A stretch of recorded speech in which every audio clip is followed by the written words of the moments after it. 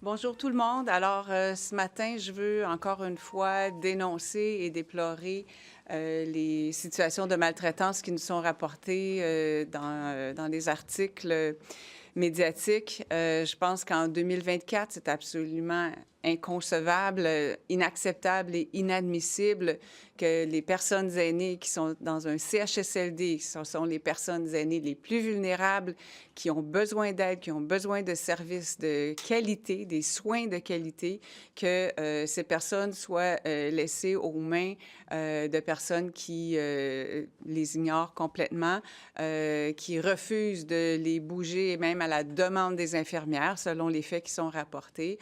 Alors, on a une loi contre la maltraitance au Québec. Le gouvernement de la CAQ, dans le mandat précédent, a voulu rouvrir cette loi, lui donner des dents pour pouvoir agir davantage et faire cesser la maltraitance.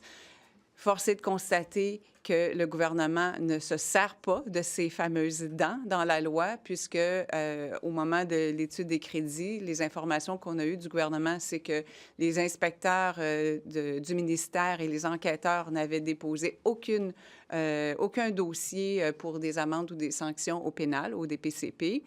Alors, aujourd'hui, j'appelle la ministre à prendre ses responsabilités et aussi, la vérificatrice générale, dans son rapport du mois de mai dernier, a révélé des lacunes importantes dans le processus de gestion des plaintes. Donc, j'appelle la ministre à s'assurer que ce soit redressé, que les processus se fassent plus rapidement, avec diligence et qu'on n'hésite pas à utiliser les dents qui sont dans la loi parce que c'est important de protéger les aînés, tous les aînés et les plus vulnérables, certainement, dans les CHSLD. Merci. Avez-vous des questions? Non? Oh. CHSLD, justement, sur le cas qui est présenté ce matin, qu'est-ce que le gouvernement doit faire aujourd'hui par rapport à ça?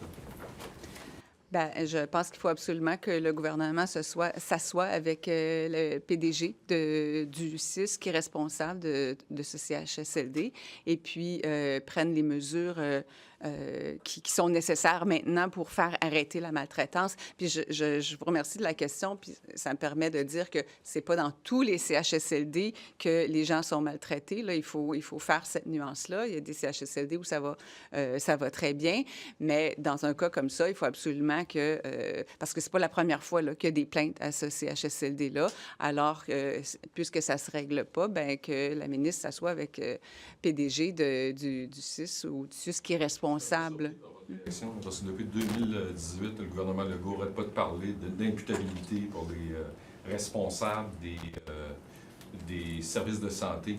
Là, vous appelez pas à l'imputabilité, vous demandez de s'asseoir. Bien, écoutez... Vous ne le réclamez pas, vous? Bien, l'imputabilité de tout geste...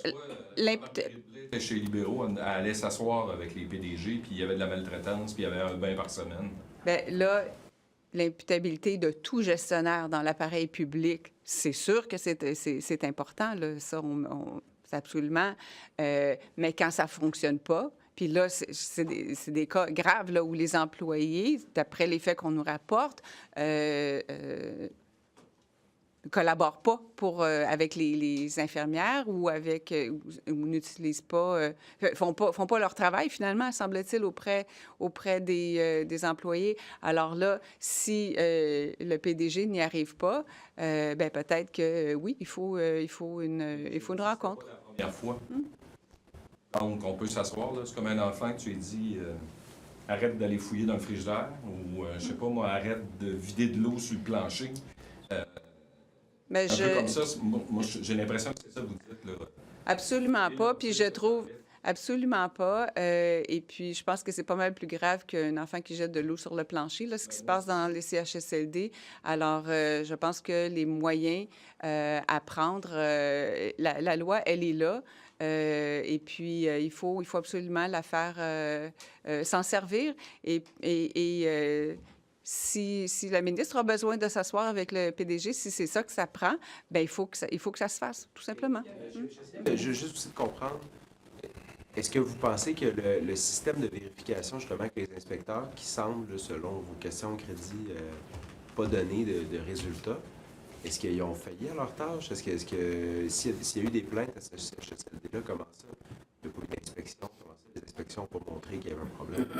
Bien, il y a des inspections, mais c'est qu'il n'y a pas de sanctions par la suite, où c'est pas déposé au DPCP.